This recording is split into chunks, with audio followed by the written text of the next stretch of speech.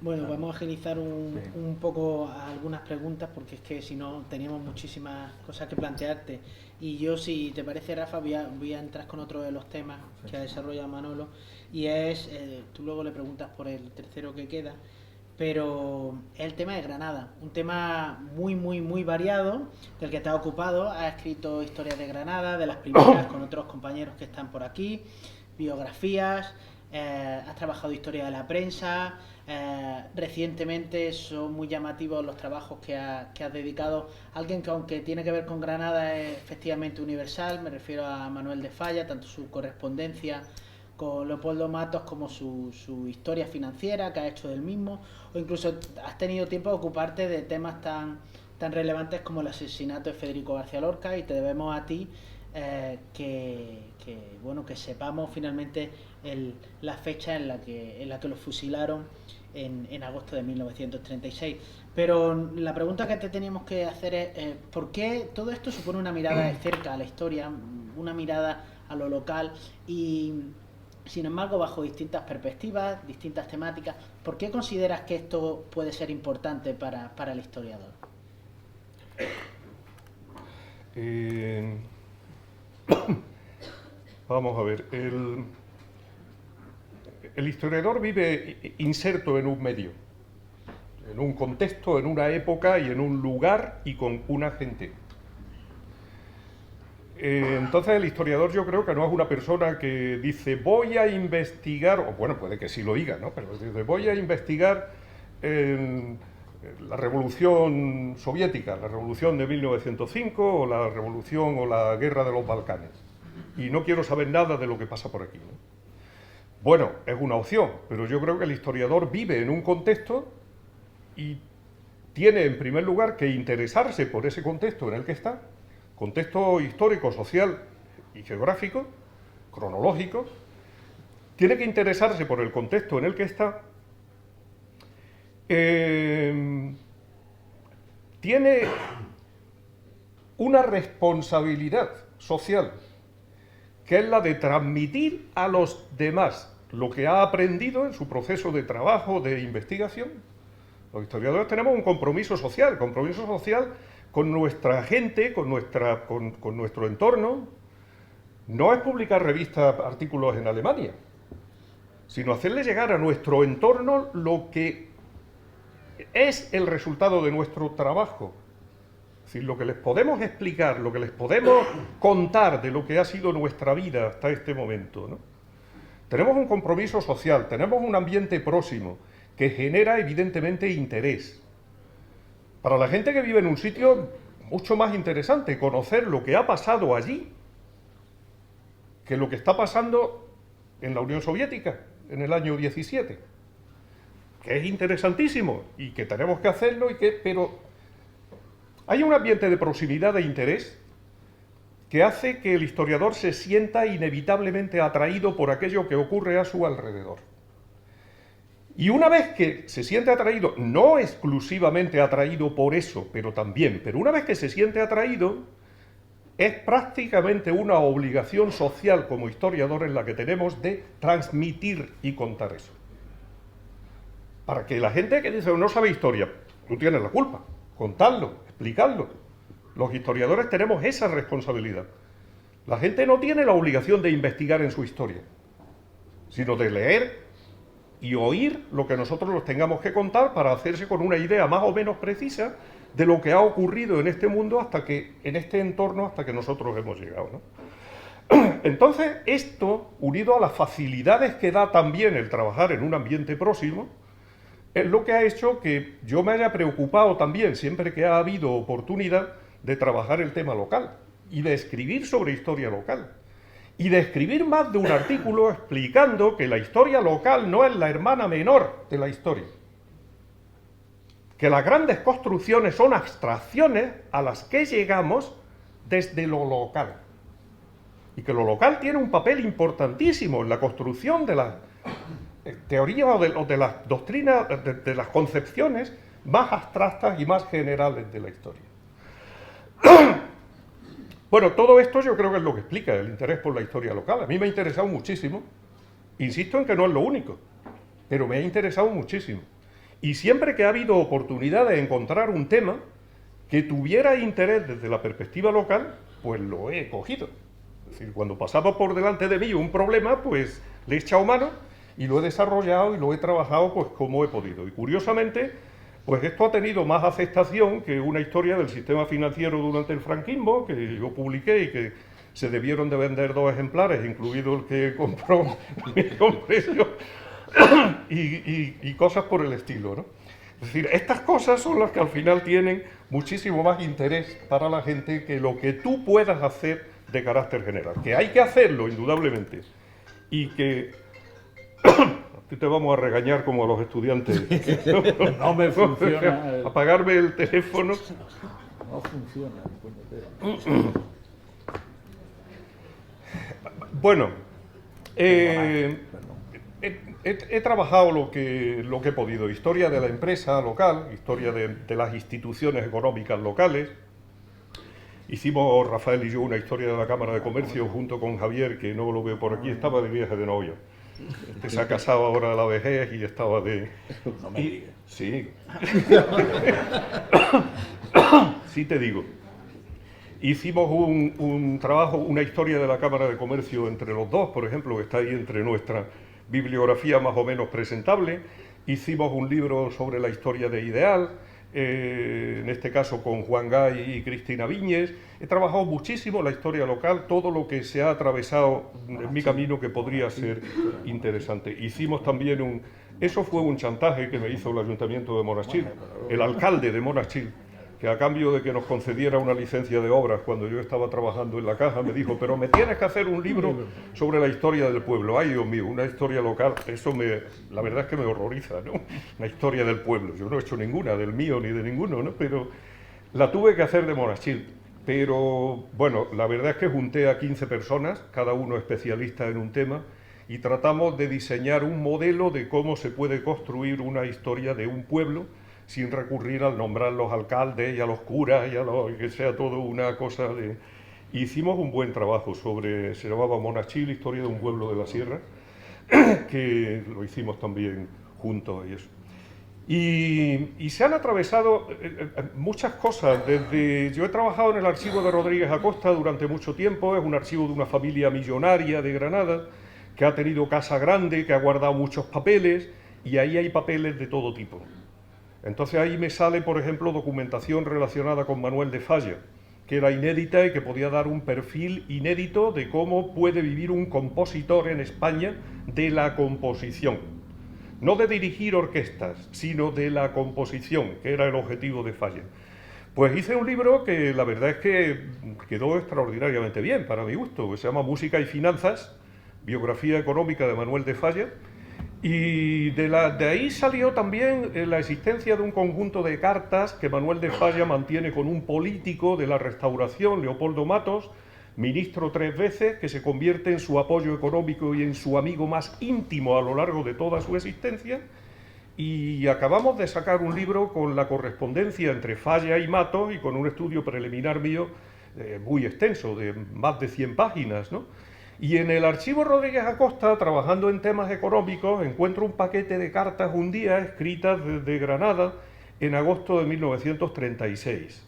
Digo, tate, aquí tiene que haber información buena, no solamente información del banco, porque eran cartas del gerente del banco al dueño del banco, que se encontraba en Estoril, veraneando cuando estalla la guerra civil. Pues aquí tiene que haber cartas, tiene que haber cosas interesantes. Efectivamente, me pongo a leer las cartas y lo que hay es una descripción de la vida diaria de Granada durante el primer mes, los 2 primeros meses de la Guerra Civil. Y entre esas cartas hay una breve nota, en una de ellas, escrita el 18 de agosto, que dice sencillamente, ahora, 1:30 de la tarde, llegan Bernabé y tu hermano. Bernabé es un hermano del que escribe y el otro es el hermano al que va. Llegan Bernabé y tu hermano y me dicen que anoche fuerzas de la Falange han matado a Federico García Lorca. Hablemos ahora de negocios. Nada más que eso. Una carta escrita a la 1:30 de la tarde del día 18. Cuando el día 18 a la 1:30 de la tarde alguien dice anoche, ¿A qué se está refiriendo?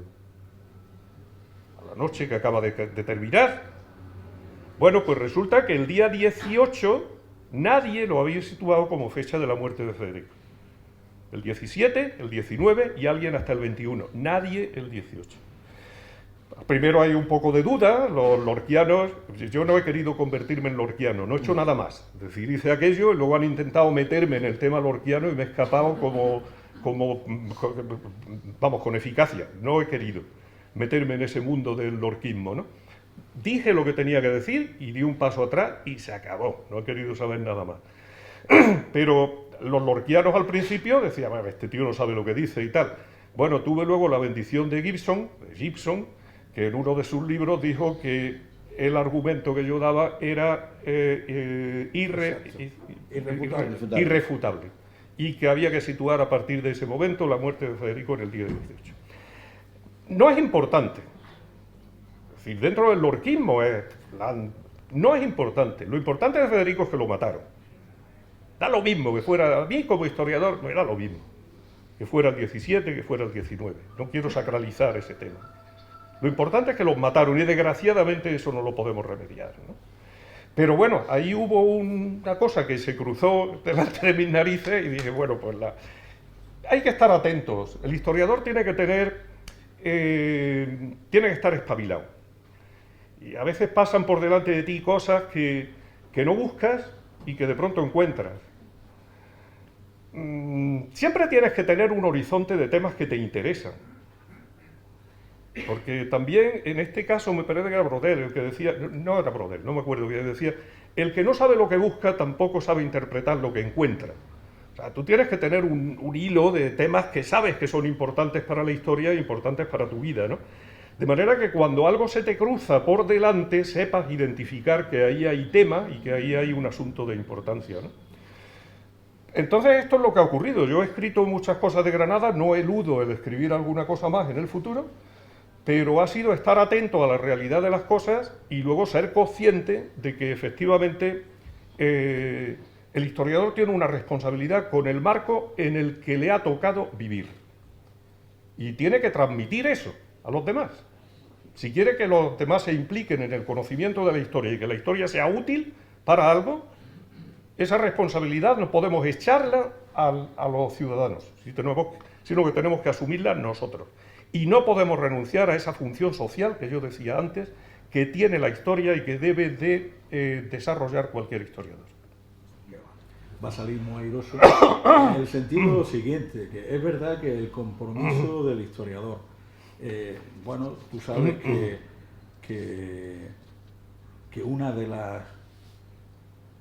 los movimientos sociales más importantes que ha habido, y no lo digo con nada personal, pero también un poco, que ha modulado un poco el conocimiento historiográfico, incluso en la academia, que llamamos la universidad, son los movimientos sociales memorialistas, que han sido los que, bajo mi punto de vista, han transmitido una flexibilidad, una amplitud de mira al reconocimiento, al mirar nuestro pasado reciente. Es verdad que yo recuerdo unas palabras de algún compañero nuestro que hace, pues bueno, me lo dijo de una forma amable, nuestra querida y admirada Cristina Viñe, que tanta huella ha dejado en esta casa. Yo recuerdo cuando iniciaba en los años 80, con Mario, que está por aquí, los estudios de la República, de la guerra, ella me dijo, bueno, pues con unas circunstancias especiales de su formación, que lo que estábamos haciendo era poco menos que política y periodismo, los temas actuales. Estamos hablando hace 40 años, 35, 40 años. Y es verdad que hoy el movimiento memorialista de alguna forma está persiguiendo mayor rigor, amplitud de enfoques a la historiografía académica para recuperar lo que llamamos la memoria histórica, recuperarla y hacerla normalizada incluso en la docencia. Tú os habéis referido a Federico. Federico, ayer lo comentaba con Miguel Ángel, Federico hasta hace unos años los manuales de algunos institutos aparecía que había fallecido en un pueblo cercano a donde había nacido. Y efectivamente, como tú dices, Federico no falleció en un pueblo cercano, lo mataron. Pero junto con Federico mataron al menos a 7.000 personas en la provincia de Granada, de los cuales el movimiento memorialista ha conseguido 80 años después ponerle nombre. Esa deuda que hacemos el movimiento memorialista es devolver a los que son los verdaderos protagonistas de nuestra historia contemporánea, que son las víctimas. Por lo tanto, el movimiento memorialista yo creo que es de rigor, de reconocer el esfuerzo. Y yo sé que tú te has acercado, bueno, a la memoria histórica, pero realmente la pregunta, ¿tú consideras que es necesario que se haga esa doble, si me permitís, la militancia académica y la militancia también memorialista para recuperar la dignidad de muchas de las víctimas que no han quedado, no han tenido la oportunidad? Yo sé que se hizo un esfuerzo en el 87, que veo el señor director de Ideal, en la primera aproximación que en Granada hicimos con algún tipo de presión, por decir algo, de poco, pero con mucha honestidad. Ideal se lanzó a hacer un primer coleccionable en el 87 sobre la memoria histórica, que era el periodo de nuestra guerra. Llovieron las llamadas y los escritos de incomprensión de una parte de la sociedad. Afortunadamente han pasado ya 30, 35 años y esto se ve de otra forma. ¿Tú crees necesario, por lo tanto, que se mantenga la memoria histórica? ¿Es necesario? ¿Estamos haciendo diletantismo intelectual o estamos aportando algo? Pues en tu pregunta iban las respuestas también, y yo no puedo decir otra cosa distinta, ¿no? La acusación que en muchas ocasiones se hace de politización a los historiadores, pues es que es inevitable. Es decir, que uno no es una persona que nace sin contaminar, que no sabe nada del contexto, del entorno, sino que está en su tribuna, lee los papeles y escribe y lanza sus conclusiones. Nosotros vivimos en un medio, en unas circunstancias sociales, económicas, geográficas, y tenemos una formación, tenemos una ideología política, tenemos un sentimiento religioso, hemos nacido en una familia rica o pobre o mediana. O sea, somos lo que somos, no podemos liberarnos de lo que somos. Y lo que somos es la herencia de lo que hemos mamado, vivido, sufrido y disfrutado desde el día en que nacimos hasta hoy. Y eso ha conformado, junto con nuestros conocimientos, nuestra esencia de seres humanos. Cuando yo miro los acontecimientos históricos, lo miro desde ahí, los miro desde ahí. No soy un ser aséptico, impoluto, incontaminado, que no tiene ninguna idea preconcebida de las cosas, sino que lo hago teniendo ya una opinión de cómo son, han sido o deben, sobre todo, ser las cosas. Toda la historia es una combinación de datos, pero también de opiniones. Rafael del Águila me dice muchas veces, me recuerda una frase de Einstein, que los hechos son los hechos, pero las percepciones construyen la realidad. En realidad yo creo que es de Nietzsche, pero los dos dijeron aproximadamente lo mismo, seguramente lo dijeron los dos, ¿no? La historia es una combinación de hechos y de opiniones. Es la interpretación del pasado, el conocimiento y la interpretación del pasado a la luz del presente, de la realidad, de los intereses y de las convenciones del presente. Tú miras al pasado desde una atalaya. Yo no miro al pasado, lo miro desde una torre. Pero Rafael, cuando mira ese mismo pasado, lo mira desde otra torre distinta. Porque su formación, sus circunstancias personales, su vida, sus intereses, no son los míos. Y él lo mira desde otra. Y otro que venga de Estados Unidos a investigar los mismos hechos, lo mira desde otra. De aquí que las visiones que los historiadores damos del pasado necesariamente tengan que ser heterogéneas. Porque la historia es una combinación de datos y de interpretaciones. Los estudiantes de aquí me han oído decir algunas veces en la clase, Si solamente fueran necesarios los datos, no habría historia, habría sido sustituida por la cronología. Tendríamos una materia que sería cronología y ya está, la relación de los acontecimientos, cuándo han ocurrido, cuándo ha nacido, cuándo...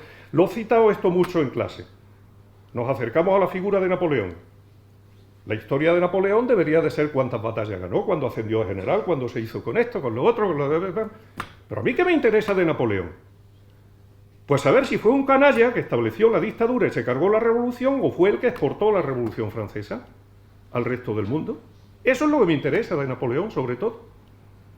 No cuándo nació, cuándo murió, cuándo... Antes citábamos el caso de Lorca. ¿Qué me interesa a mí de Lorca? Pues el descubrimiento de su poesía, que no para de darme sorpresas cada día. Nunca he soportado poeta en Nueva York, ahora estoy entusiasmado con poeta en Nueva York. He citado en los dos últimos trabajos míos, he citado versos de poetas en Nueva York. Descubrirlo cada día, eso me interesa. ¿Qué día lo mataron? ¿Qué día nació? ¿Qué día se afeitó por primera vez la barba? Que lo sabemos porque su familia guardó hasta el último papelillo que el poeta generaba, pues me resulta menos atractivo, ¿no? Desde esta perspectiva, pretender que exista una historia totalmente aséptica, es decir, completamente objetiva, es negar lo que es la realidad de la historia. La historia, alguna vez yo lo he dicho también, no puede ser objetiva, porque es obra de los seres humanos, y los seres humanos somos subjetivos, somos sujetos. Yo no puedo ser objetivo, porque soy un sujeto. Entonces la objetividad, en términos kantianos, tiene que ser algo que tenemos que tener en el horizonte los historiadores siempre, pero tenemos que tener la modestia necesaria para confesar que nunca lo podremos conseguir. Y que por su propia esencia, en la medida en que entendamos que la historia es también opinión e interpretación, no puede ser uniforme. ¿Se puede conseguir objetividad? Claro que se puede conseguir objetividad. En primer lugar, no engañando a los lectores respecto del punto de donde tú partes. Es decir, no, yo no soy nada, yo no miro nada, pero este es un canalla.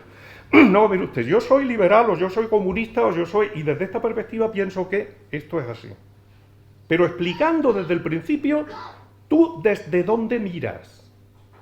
Y luego otra cosa importantísima que no debemos olvidar los historiadores, es que tenemos necesaria, imprescindiblemente, que tener en cuenta las opciones éticas, morales, vitales de los protagonistas a los cuales estamos analizando. Es decir, tenemos que evitar el peligro mayor del historiador, que es el anacronismo.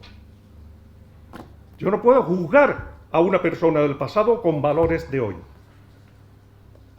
porque estoy siendo injusto. Valoramos la Constitución, la que sea, del siglo XIX. Es antidemocrática porque no reconoce el voto de la mujer. Nadie en el siglo XIX lo reconocía. La mujer no cuenta en el siglo XIX. Tienes que valorar el punto de vista de lo que entonces era moralmente válido, lo que era éticamente razonable. Tienes que ponerte en la mentalidad de esa gente a la hora de enjuiciar sus comportamientos y sus actitudes. Entonces, el historiador tiene que hacer un ejercicio de estas dos cosas. Primero, ser sincero con sus lectores, desde dónde escribe, y segundo, comprender los valores que inspiraban la actuación de los protagonistas, de los acontecimientos históricos. Y solamente de esa forma se puede conseguir una razonable objetividad por parte del historiador. Pero reconociendo, ya os digo, que el que se empeña en decir yo voy a hacer una historia absolutamente objetiva, seguramente no sabe lo que está haciendo. Tampoco conviene entusiasmarse demasiado, dejarse influir demasiado por esa subjetividad. Decía Enrique Moradiellos en el último libro que quien tiene demasiado, decía él textualmente, quien odia demasiado a Franco no debería de meterse al oficio de historiador. No debería de meterse a historiador. Es tienes que mantener una cierta objetividad, vamos, distancia sobre la... No encuentro la palabra ahora mismo, cosa que ocurre con alguna frecuencia, pero creo que se ha entendido lo que quiero decir. La memoria, desde esta perspectiva, hombre, por memoria se entienden generalmente, vulgarmente se entiende, memoria histórica, dice, nos estamos basando en la opinión, en la información oral de la gente. Sí, eso es utilización de la memoria como herramienta histórica, eso lo hemos hecho siempre. Cuando tratabas un tema, cuando nosotros hicimos el libro de... tú no estabas, era Juan. En el libro de Ideal, como había todavía muchos de los fundadores de Ideal vivos, lo primero que hicimos fue localizarlos todos y hablar con ellos. A ver usted por qué pasaba, Víctor Escribano, los otros de más allá, a tener una conversación con ellos. Siempre hemos utilizado la memoria como herramienta de la historia. Pero claro, cuando ahora hablamos... Y claro, desde esa perspectiva la memoria siempre se la critica mucho porque dice la memoria es personal, es subjetiva, guarda solamente algunas de las cosas que le interesan, pierde otras, borra otras. Claro, ahí está la profesional del historiador para cribar todo eso y sacar la verdad de lo que es en muchas ocasiones un mar confuso de recuerdos complejos. Pero cuando hablamos de memoria histórica tenemos que entender también otra cosa, no es solamente eso. Aunque para reconstruirla haya sido imprescindible esa herramienta, que es la de recordar a aquellos que no ha habido oportunidad de recordar, tú lo apuntabas tú hace un momento, hasta ahora. Porque la historia oficial ha ido en otra dirección. Y de pronto lo descubrimos, de pronto asumimos la responsabilidad de decir, hemos hecho la historia de unos, pero tenemos ahí un magma de gente que sufrió, que vivió, que murió, y que los tenemos olvidados. Entonces la recuperación del papel que esta gente, que no son protagonistas destacados de la historia, que no fueron alcaldes, que no fueron presidentes de nada, que no fueron gente importante, era gente del pueblo sencillamente. No podía haber 7.000 responsables públicos políticos con nivel destacado en Granada que tuvieran que ser asesinados en aquel momento, eran gente del pueblo, eran gente que había participado alguna vez en algún sindicato, algunos que yo conozco muy bien, como Juan José Santa Cruz, que era de ellos, que socialmente, económicamente era de los sublevados, y lo matan al estallar la guerra civil. Muchísima gente que no ha sido objeto de interés hasta este momento, yo creo que tenemos la responsabilidad de sacarlos a la luz. Porque al final, desde hace mucho tiempo lo decimos y rara vez lo cumplimos. La historia no es la historia de la gente importante, es la historia de la gente. Y entre la gente está la gente importante y la no importante. La historia de la vida diaria, de la historia... Cuando yo encontré esas cartas de las que les hablaba antes en el archivo Rodríguez Acosta, lo que más me llamó la atención es que allí había una descripción de la vida diaria de Granada, del día a día de Granada. Hoy han puesto tal película, se está estrenando esto, los cafés están llenos, ha venido fulano, nos ha llegado hoy el correo por primera vez porque ha venido una avioneta de no sé dónde. Nos describía la vida diaria de la ciudad. Esto es importante. La historia no es solamente la historia de los reyes, de los príncipes, de las grandes batallas, de los grandes acontecimientos. No es solamente la historia de lo que nos está pasando hoy, desgraciadamente, en nuestro país. La historia es la vida diaria de la gente también. Y la memoria histórica tiene en este sentido un papel extraordinariamente relevante, de darle luz, darle voz, visualizar una serie de personas que tuvieron la desgracia de vivir en una época, algunos de ellos de tener una determinada manera de pensar, y solamente por eso pues tuvieron la tormentosa situación de perder su vida.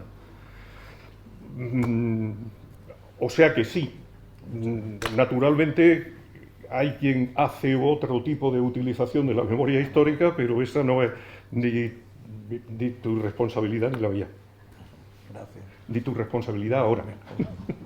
Bueno, vamos a abordar el último tema de tus líneas de investigación antes de pasar ya al bloque de la docencia, y es, sin duda, creo que te lo esperas porque además está tan relacionado con lo personal. Me refiero a Sierra Nevada. Sierra Nevada, bueno, los compañeros del departamento lo sabemos porque cuando llegan las primeras nevadas recibimos una foto desde la casa de Manolo, pues bueno, con los primeros montes nevados, a veces también de Mario también. pero sobre todo también cuando empieza el nuevo año, el primer amanecer y cuestiones por el estilo. Pero aparte de todo eso, ha escrito muchísimo de Sierra Nevada, de oficios, viajeros, investigaciones, trabajos que están hasta medio camino entre la arqueología y la historia del patrimonio, bueno, muchísimo. E incluso recientemente tiene un papel muy importante en la docencia, con el uso de las nuevas tecnologías y el MOOC que has dirigido y que, bueno, ha tenido un éxito fantástico. Te tenemos que preguntar que por qué Sierra Nevada y por qué es importante Sierra Nevada. ¿Cómo has convertido una pasión en un tema histórico relevante? Bueno, tenemos que ir abreviando porque estamos abusando de la paciencia aquí de tanta gente, aunque no se nos va mucho, o sea que estamos manteniendo más o menos el... yo he estado vinculado a Sierra Nevada como montañero desde muy niño. Realmente desde los 10 años o así hasta los 15, 16, estuve haciendo montaña y conecté con lo que era la sierra entonces. A los 17 o los 18 años abandoné, pues porque empieza uno a preocuparse por otras cosas, por las novias, por todo esto, y ya no te da tiempo a tanta cosa, ¿no? Entonces abandoné un poco, pero hacia los 23 o 24 años me volví a encontrar con la sierra de la mano de un amigo íntimo muy querido, que fue mi amigo Rafael, que es el que me enseñó la sierra de punta a rabo. Con él estuve más de 40 años saliendo semanalmente 1 o 2 veces, recorriendo toda la montaña de un sitio a otro, para arriba, para abajo. No he salido con nadie más, no he pertenecido nunca a ningún club de montaña. Él ha sido mi compañero de montaña y mi compañero del alma también durante mucho tiempo. Tuvo la mala idea de morirse y dejarme solo en esta actividad, si bien nos pidió que antes de morir lo lleváramos justamente a enterrarlo en una laguna de... Aquí hay algunos estudiantes que han venido conmigo a la sierra y hemos estado en donde está el amigo Rafael. Entonces la sierra ha sido muy importante en mi vida, pero yo era historiador. Y como la sierra me importaba muchísimo, pues empecé a guardar todos los papeles relacionados con la sierra que caían en mi mano, todos los libros que podía encontrar, los iba comprando, y llega un momento en el que, como me parece que citaba ya antes, si lo que sabes no lo enseñas, de poco sirve. Y dije, bueno, pues parece que tengo información suficiente, me voy a poner a escribir. Y me puse a escribir un verano y saqué un libro que se llamó La aventura de Sierra Nevada. Escribí aquel libro con mucha timidez, porque era lo primero. Yo no había escrito ni un solo artículo sobre Sierra Nevada nunca. Y escribí aquel libro con mucha timidez. Se lo llevé a Manolo Barrios, que anda por aquí, que estaba entonces de director de publicaciones de la universidad. Le dije, mira, he escrito esto, mírate a ver, esto es extraordinario, esto lo sacamos inmediatamente. Y le dije, mira, me hacía falta pedirle un prólogo al padre Fera, esto no necesita ningún prólogo, esto sale así como está. Y lo sacó. Entonces era un libro de historia, es decir, de lo que yo era, historiador, de lo que había pasado en la sierra desde que yo tenía información a principios del siglo XVIII hasta el año 1915, en que cerramos aquel libro, ¿no? Y luego vino otra cosa y otra y otra y otra y otra, y siempre relacionado con el tema de la historia, hasta el punto de que, pues ahora mismo, si ponemos en una balanza lo que yo he escrito sobre Sierra Nevada y lo que he escrito sobre otras cosas, me parece que pesaría ya más lo de Sierra Nevada. Pero pesaría, digamos, a nivel sentimental, porque a nivel académico no. Es decir, yo no he podido presentar nunca a un sesenio ningún libro relacionado con la sierra, porque resulta que mi trabajo en este sentido lo estaban valorando muchísimo los científicos, y sobre todo, pues los científicos es una manera de decirlo, los de ciencias aplicadas, y muchísimo los geógrafos. Yo me veía citado cada vez más por gente de geografía, y gente que me veía, tú eres Eduardo Martínez de Pisón, cuando me conoció, tú eres Manuel. Eduardo Martínez de Pisón es la figura más grande de la geografía física en España, ¿no, Rafael? Y cuando me conoció, pero tú eres Manuelcito. Sí, yo estoy aquí escondidillo y tal. Resulta que mi trabajo lo estaban valorando muchísimo gente de otras materias, pero los historiadores no, eso no era un tema históricamente tratable, ¿no? Y hasta el punto, ya os digo, de que yo bueno, en los sesenios que he conseguido, pues nunca se me ha ocurrido meter como publicación destacada de ese sesenio un libro sobre Sierra Nevada. Y tengo pues muchísimos. Yo creo que entre los que he escrito yo, o he coordinado yo, o que forman parte de alguna colección que he dirigido yo muchísimo. Me ha interesado fundamentalmente ¿qué? La historia. Es decir, la historia, herramienta imprescindible para el conocimiento del presente. Aquello que nos hace querer las cosas es conocerlas. Y para conocer las cosas, la historia es la herramienta más importante. Cuando valoramos en la clase algún día por qué hay que estudiar historia, yo les decía, en primer lugar, la historia porque sí. No hay ninguna razón más, porque sí.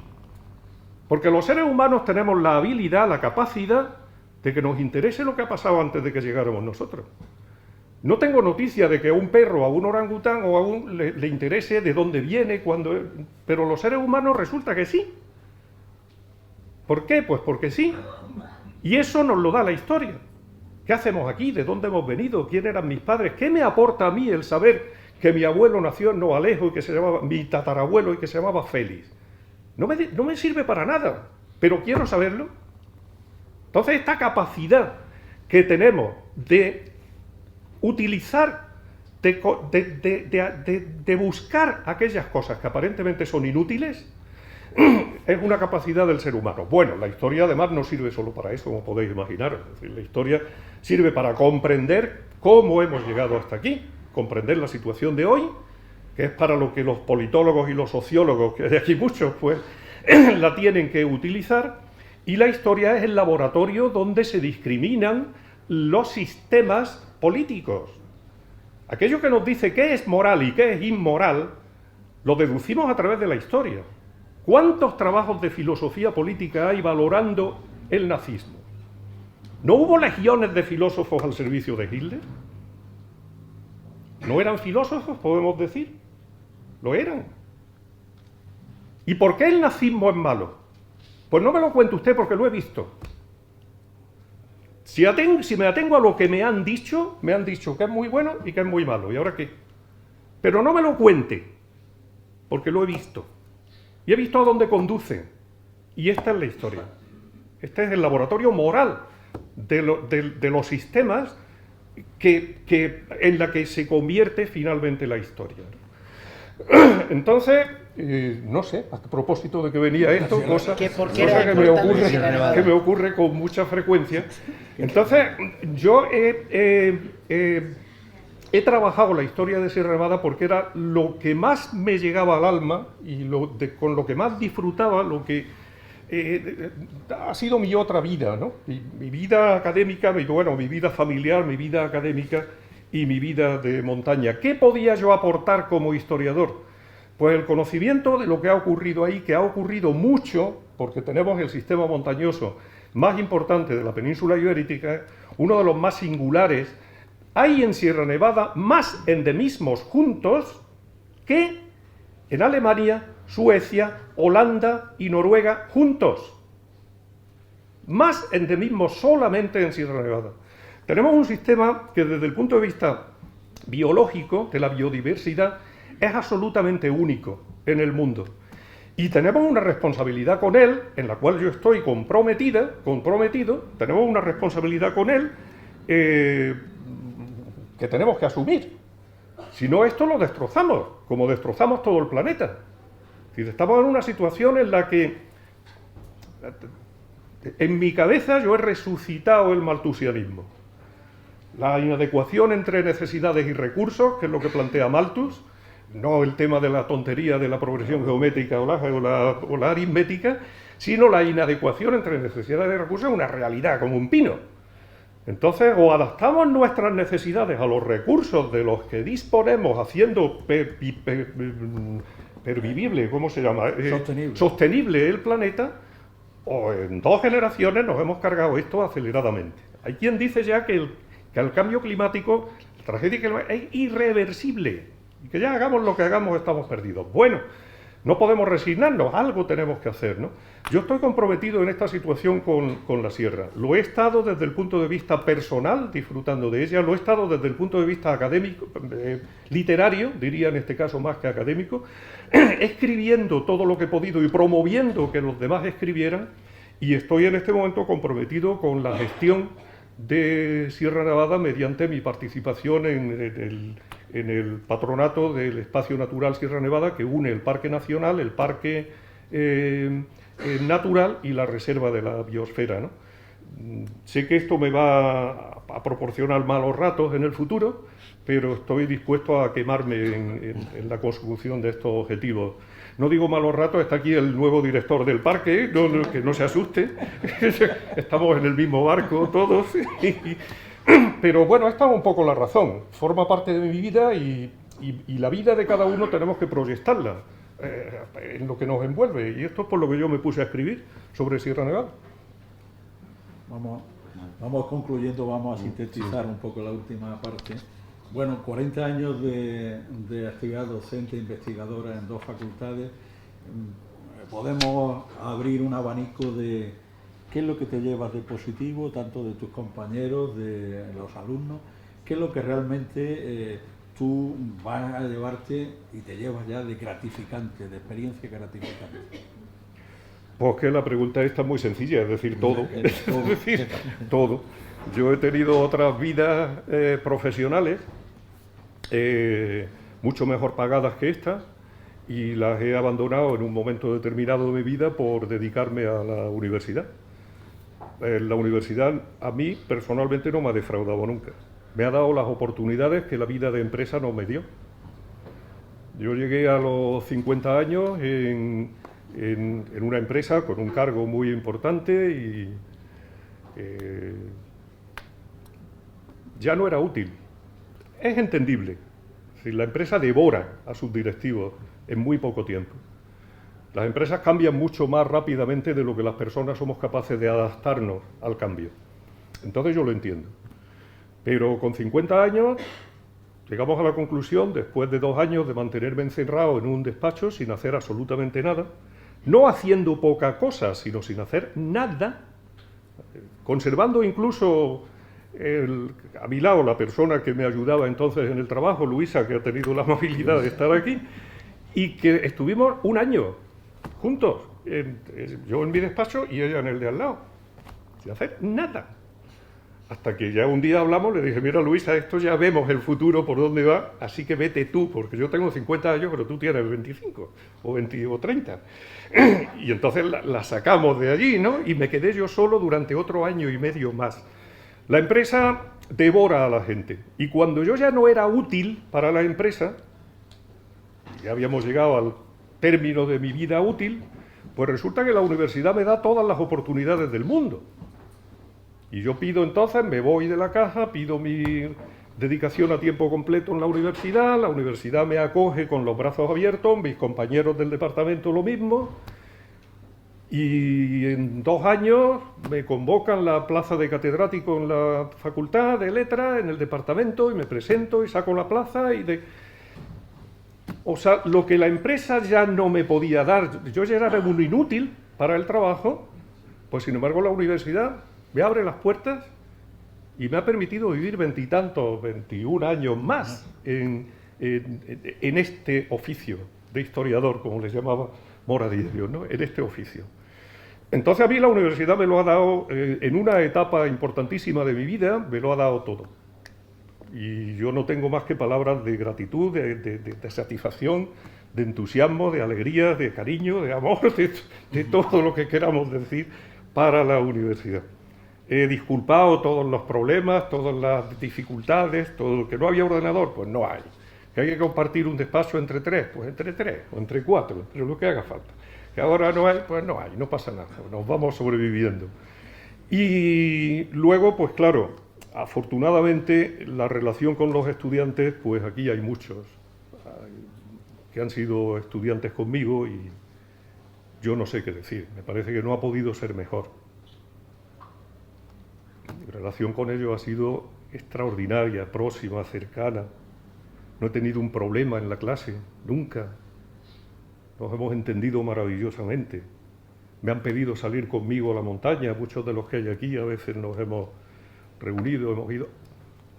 Algunos han hecho lo que tú hacías también, han estado en mi casa a despachar temas de algún trabajo y yo no los podía citar, pues vente a la casa, los he visto allí. Y Maritrín y yo los hemos recibido con Bueno, el último que hubo, los dos últimos que estuvieron, nos bebimos 2 botellas de champán. Bueno, entonces yo no tenía champán. No, es que no lo veo por aquí. Dimitar, que es un búlgaro, volvió el otro día de Bulgaria y me había traído 2 quesos, 2 quesitos así de chiquitillos. Entonces fui a llevármelos y nos bebimos 2 botellas de champán en el rato que estuve allí. Mi relación con los estudiantes no ha podido ser mejor. Y además he tenido la enorme satisfacción de que en la evaluación que los estudiantes hacen de nuestro trabajo todos los años, yo he recibido las mejores evaluaciones de mi vida en los últimos años. Es decir, que cuando podía pensar, estoy viejo, estoy ya cansado, ya tenía que haberme ido, cuando recibía la evaluación de los estudiantes decía, cielos, pero es posible que me hayan calificado de esta forma. Entonces esto me daba ánimos para decir, mira, no estoy terminado, no estoy agotado, puedo seguir trabajando, puedo seguir siendo útil todavía, ¿no? a la comunidad. Y he aguantado pues hasta mientras he podido, mientras que legalmente he podido. Ya no puedo porque tengo ya todos los años de Matusalén y del vecino y ya no puedo seguir. Pero si no, probablemente hubiera seguido, ¿no? Porque la relación con los estudiantes te rejuvenece y te mantiene la cabeza despejada. No puedes anquilosarte. O sea, nunca sabes por dónde va a venir el problema, la cuestión, la duda, nunca. Y tienes que estar permanentemente ágil para poder atender ¿a qué? A lo que ellos esperan de la historia y lo que esperan de ti. Yo no puedo darles el magisterio que me dieron a mí algunos de mis antecesores, pero sí puedo darles mi trabajo, ¿no? Y mi ilusión. Y eso es lo que he intentado darles. Y me llevo de ellos, pues la verdad es que, bueno, no es una tontería decirlo, aquí estáis muchos, ¿no? Es que me llevo mucho cariño porque mi relación con ellos ha sido inmejorable. Prueba de ello es que he permanecido aquí. Es decir, si a mí aquí me hubiera ido muy mal y hubiera estado cansado y estos tíos son torpes y no me hacen caso y no estudian y no, pues me hubiera ido. O sea, afortunadamente tenía posibilidad de irme a la Facultad de Letras cuando quisiera y no me he ido. Señal de que aquí he estado muy a gusto. Espero haber dejado alguna semilla y que dentro de 20 años ellos se acuerden de mí como yo me acuerdo en este momento de Tadea Fuentes o de Cepeda. Miguel Ángel, el futuro, vamos al futuro. Bueno, Está, dejarlo bien. No, 5 minutos. Es la 1. yo creo que podríamos dejar que si algún compañero quiere preguntar. Eso o... me parece verdad. ¿Sí? Podemos abrir un turno de palabra, ¿te parece mejor? Sí. Si alguien quiere es preguntar algo, con mucho gusto. Bueno, efectivamente, muy bien. Gracias Manolo por tu intervención, me lo he pasado muy bien, casi tanto como en la montaña. Han salido muchos aspectos de tu personalidad y tanto tú como yo somos defensores de la utilidad de lo inútil. Me regalaste tú el libro. Ya. Pues te agradezco todo el trabajo inútil académicamente que hiciste sobre Sierra Nevada, ¿no? Y que ha hecho tanta afición, incluso tanta afición a la historia, no solamente a la montaña. Pero no quiero hablar, digamos, de esa perspectiva que me parece fundamental en tu personalidad, ¿no? Como universitario de raza, al menos como yo considero que es un universitario de raza, ¿no? Los universitarios de raza tienen que perder mucho el tiempo en inutilidades. Entonces, no te voy a plantear, digamos, qué te aportó tanto tiempo inútil, perdido, andando y triscando por los montes de Sierra Nevada. Si quieres decir algo al respecto, o di algo, pero un aspecto que me parece importante de tu personalidad que no ha salido, ¿no? ¿Qué te ha dado la música? ¿En qué sentido la música también te ha dado, digamos, una filosofía de la vida y una actitud ante el mundo? Si no ha salido ese tema, probablemente porque mis compañeros no lo conocen tanto. La montaña me ha dado la libertad y me ha limpiado la cabeza. Es decir, nada hay más hermoso que irse a la montaña solo y solo acompañado, pero si vas solo también es estupendo. Se va limpiando tu cabeza de cosas, vas pensando, mentalmente me parece que a mí me ha proporcionado un equilibrio personal la montaña que no lo hubiera tenido sin ella. Aparte del disfrute, de los sentidos, Y la música, si yo tuviera que reconstruir mi vida, si tuviera la posibilidad de ser otra cosa de lo que he sido, sin duda que hubiera elegido la música. Cualquier cosa. No ser un gran director ni un gran... tocar cualquier pito, nada, saber tocar un poquito la música, es lo más grande que me hubiera gustado ser. Porque yo creo que la mayor invención del ser humano es la música. Una persona que era Enrique Franco, que es el que creó Radio 2, era un crítico musical muy destacado durante los años 70, 80 y 90 y tal, me decía una vez que la música es la prueba más evidente de que Dios existe. Yo no quiero decir eso porque no estoy tampoco en un planteamiento religioso tan intenso, pero desearía haberme dedicado a la música. ¿Por qué no lo hice? Tuve alguna primera formación musical, pero ocurren dos cosas. La primera, que no tenía talento. E inevitablemente para tener música, para dedicarse a la música hay que tener un talento que yo no tenía. Y en segundo lugar, porque las circunstancias sociales, familiares, pues no eran propicias para una cosa de este tipo. Entonces la música es con lo que yo más disfruto en este momento, y la montaña. Mi mujer y yo estamos abonados a la temporada de ópera de Sevilla, a la de Málaga. Mis compañeros el otro día me hicieron una comida y me regalaron una tarjeta para ir al Teatro Real a ver una ópera este año. Estoy abonado a la temporada de la Orquesta Ciudad de Granada. El domingo estuvimos por la noche, Fran y yo y nuestras mujeres, a oír un concierto maravilloso de la Orquesta Ciudad de Almería, donde tocaban la segunda de Sibelius, que es una de mis sinfonías favoritas de la historia de la música, y nos fuimos por la tarde y nos vinimos por la noche a oír la sinfonía. Y la música oigo música constantemente y forma parte esencial también de mi vida.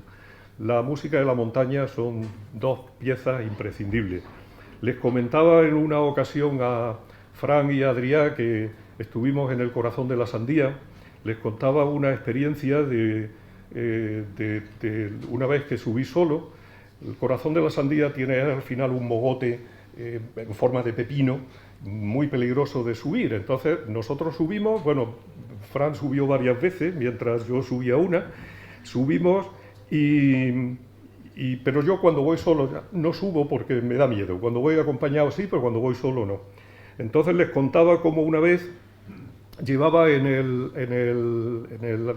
teléfono puestos los poemas sinfónicos de Richard Strauss, y no el de la Sinfonía Alpina, sino que terminó el Don Quijote y empezaba a sonar en ese momento el Zaratustra.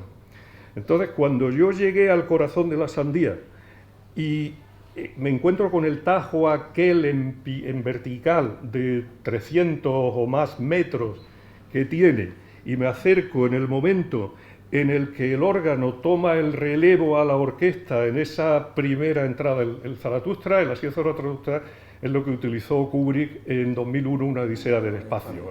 La música probablemente va. Cuando hay un momento en el que la orquesta entera cede el relevo al órgano, que entra con un trapillo inmenso, y yo asomado al Corazón de la Sandía allí diciendo, tengo que volar. Tengo que volar, tengo que irme. Si me tiro, vuelo, seguro, con esto. Es decir, la penetración de ese impulso dentro de la cabeza que te transmite la música en la montaña, eso es un momento sublime, ¿no? Y son las dos cosas con las que yo en este momento disfruto más en la vida. Un segundo ya Ya despedimos. está, termina ya. Sí, Ya. ¿Querías terminar ya? Sí, voy a hacer una reflexión y Sí, antes simplemente, no, antes digo, para terminar contigo, simplemente efectivamente dar las gracias que en esta conversación con Manuel Tito ha sido un acto académico de altura y como no esperábamos de otra manera. También gracias a ti, Miguel Ángel, Rafa, por vuestra contribución, y que lo que has dicho, que en esta casa has dejado huella, no hay duda que has dejado muchas huellas, y que como tú viniste el día 30 de septiembre a despedirte de la casa, has vuelto otra vez aquí hoy y seguro que no será la última. Muchas gracias, como he dicho antes, por ser profesor de esta casa y por ser amigo nuestro y por tener contigo.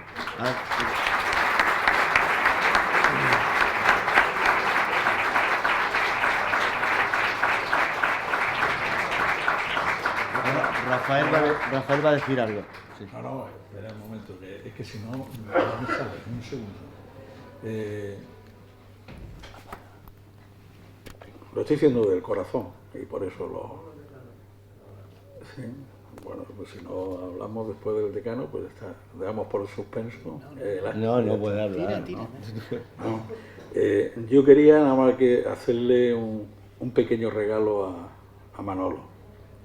Trabajador infatigable, auténtico, profesional, honesto, creatividad, curiosidad, innovación, erudición sin estridencia, rigurosidad, humildad, capacidad, solvencia, suficiencia, eficiencia en la gestión, en la docencia y en la investigación, amabilidad, proximidad, cercanía, sinceridad, tolerancia y flexible, con seguridad reflexiva y claridad oratoria, comprometido y exponente de las virtudes humanistas con el medio físico, los recursos comprometidos con su compañero, paisano y con la ciudadanía. Todos estos adornos que luce Manuel Titos después de más de 40 años de su experiencia y su docencia, con todo estos adornos hubiese sido un magnífico alcalde de Granada, en una ciudad con tanta historia. Menos mal que le sujetó su familia para no ser imbuido por ese éxito fugaz. Pero en cambio hemos ganado un compañero, un profesor, un amigo, un verdadero ciudadano a tiempo completo que queremos, hemos querido, admiramos y seguimos admirando con orgullo y que aún ansía conseguir nuevas cumbres. Gracias por tu excelencia, Manuel Titos.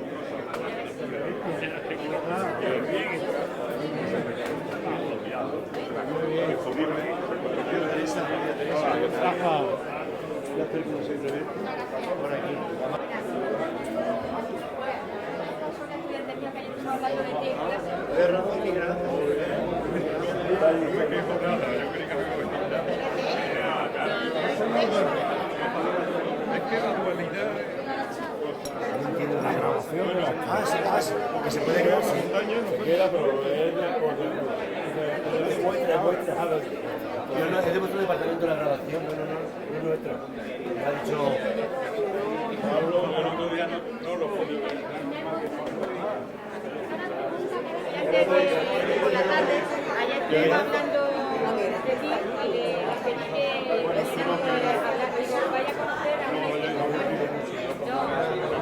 Es un acto largo, Por tener la atención vuestra, habéis tenido que soportar mucho. Que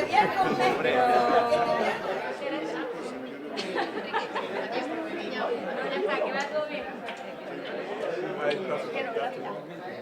Y tú esto. Vale, hasta luego.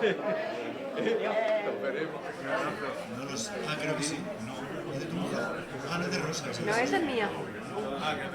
Esta es mía, esta es mía. Júntate un poco más, Rafa, que parece que está enfadado. ¿Quién? Rafa. Sí. Una foto de la Vente para acá. Tendría que decirle a Teresa que viniera. Yo diciendo que